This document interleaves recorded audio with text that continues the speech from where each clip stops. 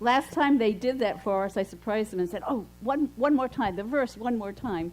And I realized I won't do that again, I promise. But, you know, when I sing that song with them, bring it on, everything new, everything different, everything true, that I know my next best thing to do is coming.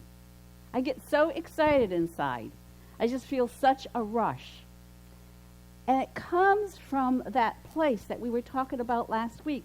It comes from those powers, those spiritual gifts that we have in us that we don't tap into. But when you're here and you feel that excitement, you feel that moving in you, that's where it's coming from. And we're using the wisdom of SpongeBob for last week's talk and this week's talk, because SpongeBob doesn't let anything get him down. So last year he gave us best year ever, and this year we're letting him bring us Marianne Williamson's quote. And we have that. If you didn't get a little card last week, get one this week. It's Best Me Ever on the front and Marianne's poem on the back. Our deepest fear is not that we are inadequate. Read the next one with me. Our deepest fear is that we are powerful beyond measure. Today's talk is Best Me Ever 2. And it's how to be the best me ever in the year 2015. To be the best me takes courage. It's stepping out of, it's stepping beyond my comfort zone. And it's realizing and living from those inner powers within us. It's surrendering, it's letting go of constantly performing, perfecting, trying to prove or please, being who I think I am, who I think others want me to be. We associate courage with heroic and brave deeds, don't we? But true courage is allowing our real self to show up, is allowing our real self to be seen. It's about embracing all those imperfections I think I have. It's about embracing my vulnerability. So after reading the benefits of yoga, Diane decided she was going to take a yoga class. So she went out and she got a mat, and she got those stretchy pants. She was ready to go. She got to the class, and she saw all these people on their mats, stretching, limbering up, feeling very confident. And her heart started racing.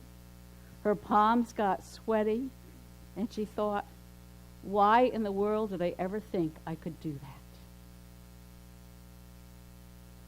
She felt vulnerable. It was an unknown situation for her. She wanted to turn around and go home. Ever been there? Ever felt like that? Sure. To escape the potential of being judged by others. Vulnerability is the core. It's the heart and it's the center of being the best me ever. Scary, isn't it? But it's the birthplace of our joy and our love. And it's our connection to God and others. Going to a new yoga class was uncomfortable for Diane. But it was an opportunity to learn a new healthy practice. It was an opportunity to make new like-minded friends. If I run away the second those shaky feelings arise, I am reinforcing the voice in my head that says, I'm not good enough. I'm not worthy. Insecurity is present in each and every one of us. We go out of our way to avoid situations that make us fragile. And so what do? We emotionally armor up against shame, against anxiety, uncertainties, fear, so that we don't feel vulnerable. Some of the ways we avoid a vulnerability, some of us strive for perfection. Been there, done that one. We think it's going to protect us, keep who we really are from being seen. Some of us numb our vulnerability with drugs, alcohol, food, work, creating dramas in our lives. And others avoid feeling vulnerable by disrupting joyful moments. And I know you know these people. Imagine in all the ways that something can go wrong. So instead of enjoying the moment, I'm already worried about what could happen. So my child is starting the first day of school, and I'm putting him on the bus, and I've got a dozen things I'm worrying about that can go wrong. Instead of enjoying that precious moment of seeing them begin in a whole new life. Or my friends are flying in to visit. And instead of being so excited, I'm just worried about what's going to happen to the plane, their trip, and I'm in fear the whole time they're traveling. Or I'm putting an elderly parent in assisted living, and I let guilt eat me up. Instead of the joy of knowing that there's going to be someone there all the time, that they're going to have an opportunity to make new friends, that they're going to have more of a life there. Being vulnerable takes enormous courage. What would I do today if I were brave? How do I become the best me ever? So we've got some steps we're going to look at. And the first one is to practice being real and honest. Can I stop myself in the middle of my defenses and just get real, just be honest? If I'm scared, can I just say I'm scared? If I don't know, can I just say, I don't know? If I make a mistake, can I say, I made a mistake? Do we do that? It's that easy, but do we do it? Think of how less stress you would have by that simple one step of being real and being honest. Number 2, practice letting go of worrying about what others think about you. Oh my gosh. What are they going to say? What if they laugh at what I do? What if they think I'm weird? What if I'm not good enough? What if I fail? Thomas Edison responded to reporters who asked how it felt to fail 2,000 times before successfully inventing the light bulb, answered, I never failed once. It just happened to be a 2,000-step process.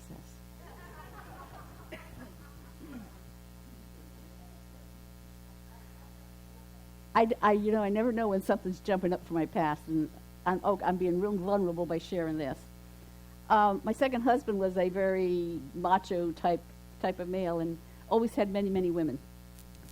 And I said, how do you do that? And he said, I just keep asking until someone says yes. He just never let any no bother him. And I went, wow, who would have thought? But what a great example. I mean, think about it. He didn't get upset or hurt if someone said no. He just went to the next one. Someone eventually said yes. If you don't remember anything, I know you're going to remember that today. Don't worry about being perfect, folks. Put yourself out there. Because you know what? While you're worrying about what others are thinking about you, what are they doing? They're worrying about what you're thinking about them. Number 3, ask for help. We don't have to do it all ourselves. There's a belief, isn't there, that asking for help is a sign of weakness. But think about that. When I ask for help, I'm giving that other person the gift of giving. If we never ask, that other person never gets to use their gifts. That's a really big one. That's a really big one. To learn how to receive. To learn how to say thank you. Number 4. Honor your negative thoughts and emotions. When I numb my sadness and my pain, I also numb my joy and happiness. To feel the depths of what's going on that makes me unhappy also allows me to feel the heights of my joy. They're connected. Joy and pain, ups and downs are part of life. Number 5. Practice being aware. Every time I do a talk with steps, this is in it, isn't it? This is the big one. Practice being aware. Be mindful of your thoughts and feelings. Be present. It's so easy to jump out there and be in the middle of it, but I can step back and say, okay, now what am I feeling? What am I thinking about this? Don't disengage because of fear of feeling vulnerable. So if you feel overwhelmed, heart races and your palms are getting sweaty, and I say this all the time too, focus on your breath. Get centered. Breathe. And we're getting tools. Last summer we had classes on mantras. Some of you have your mantra. Use your mantra when you feel that happening. We had the white stone ceremony. You have your affirmation on your white stone. You're getting tools when these things happen. Use these tools. The last one. I love it. Jump. Jump. We can safely sit inside that armor, can't we? Or we can take action to become the best me ever. Feeling that we are enough. Feeling that we are worthy just the way we are. Because you are. Because you are. In owning our worthiness, we acknowledge our sacredness. I am a child of God. You are a child of God. Own it. Own that sacredness. Own that divinity. Own your worthiness. The small steps we take, a little at a time, create big changes in our life. When I first came to this church, 7.5 years ago now, a close friend came to hear me speak. And when it was all over, it was a good talk. And she said, "You're not being you." I went, "Yes, I am. I'm being honest. I'm being open. I'm being authentic." And she says, "You're not letting them see all of you." And I didn't get what she was saying. But I do now. Because there was so much moving inside of me. And I was afraid to say it. I was afraid to let it out. Because when I looked around, it wasn't what I was trained to do when I was in seminary.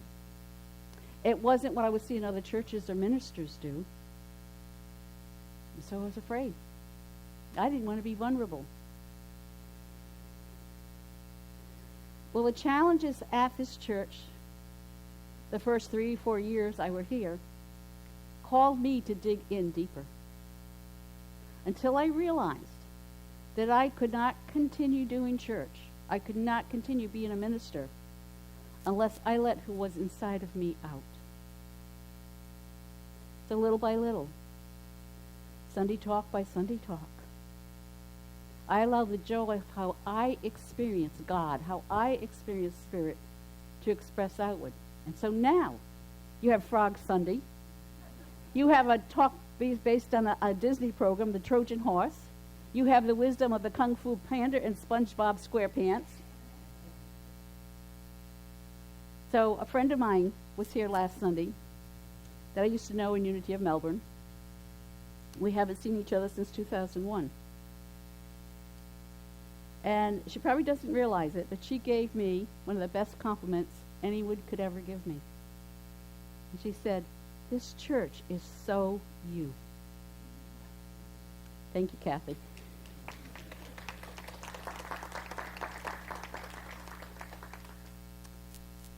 The Latin root for the word courage originally meant to speak one's mind by telling all one's heart.